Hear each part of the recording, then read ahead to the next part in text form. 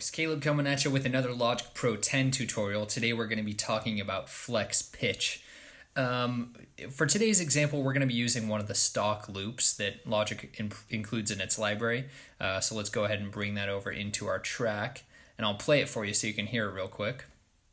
How long can I wait for you? So that's the track we're going to be using. If we go ahead and zoom that in so we can see it better. To do flex pitch, we go ahead and hit our flex button here. On the drop-down menu, go ahead and select flex pitch. And you'll notice it automatically converts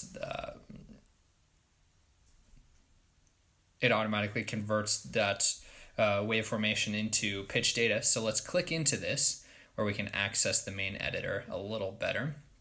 You'll notice a few things when you open this up. Each little MIDI note that's been converted from the pitch, the actual pitch, has 6 different handles that you can manipulate.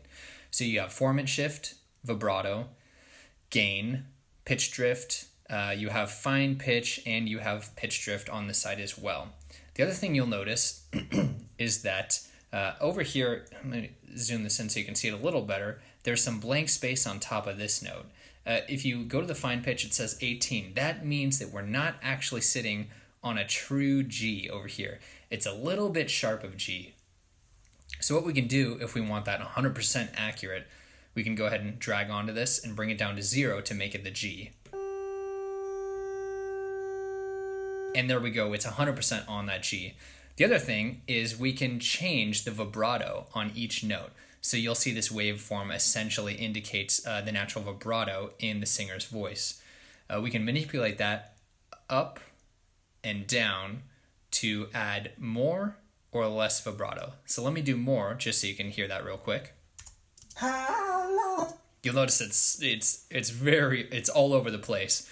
It's not as neat as it was before. So let's do the opposite and bring it almost to a flat line so there's no vibrato. How long? It sounds really neat. If that's the sound you're going for, that's how you achieve it with that vibrato handle.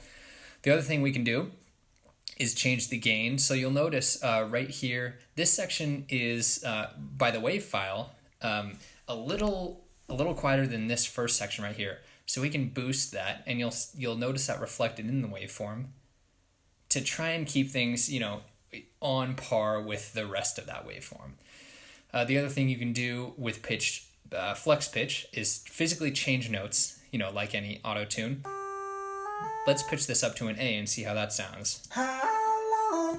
So again, this is not a perfect solution, but it does not sound that bad. It's actually pretty good.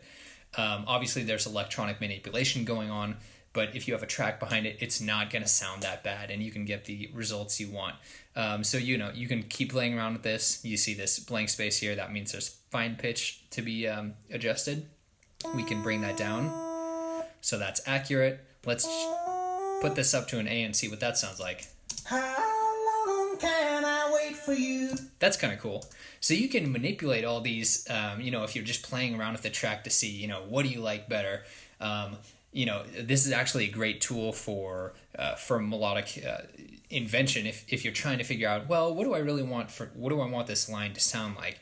And maybe this isn't your final take, but you're just exploring what would really sound good. So you're not, if the singer's not there to improv, you can kind of say, okay, well, maybe this sounds better, and we can have them sing it that way next time. What you can also do is work on your pitch drift. As you can see, this line here kind of dives down at the end. We can try and flatten that out a bit by bringing it up. Same thing with these lines over here. We can try and fix that pitch drift, bring it down, bring this one up, work on the vibrato to try and make this a more even line. And little by little, it gets a little more even, or you can mold it to what you want it to sound like. So that's really quickly, in a nutshell, how to use flex pitch. If you have any questions about flex pitch, please shoot me a comment below. Be sure to subscribe for more Logic Pro 10 content. Be sure to also check out my finale music notation tutorials if you're a composer in that right as well. Hope you have a wonderful day. Thanks.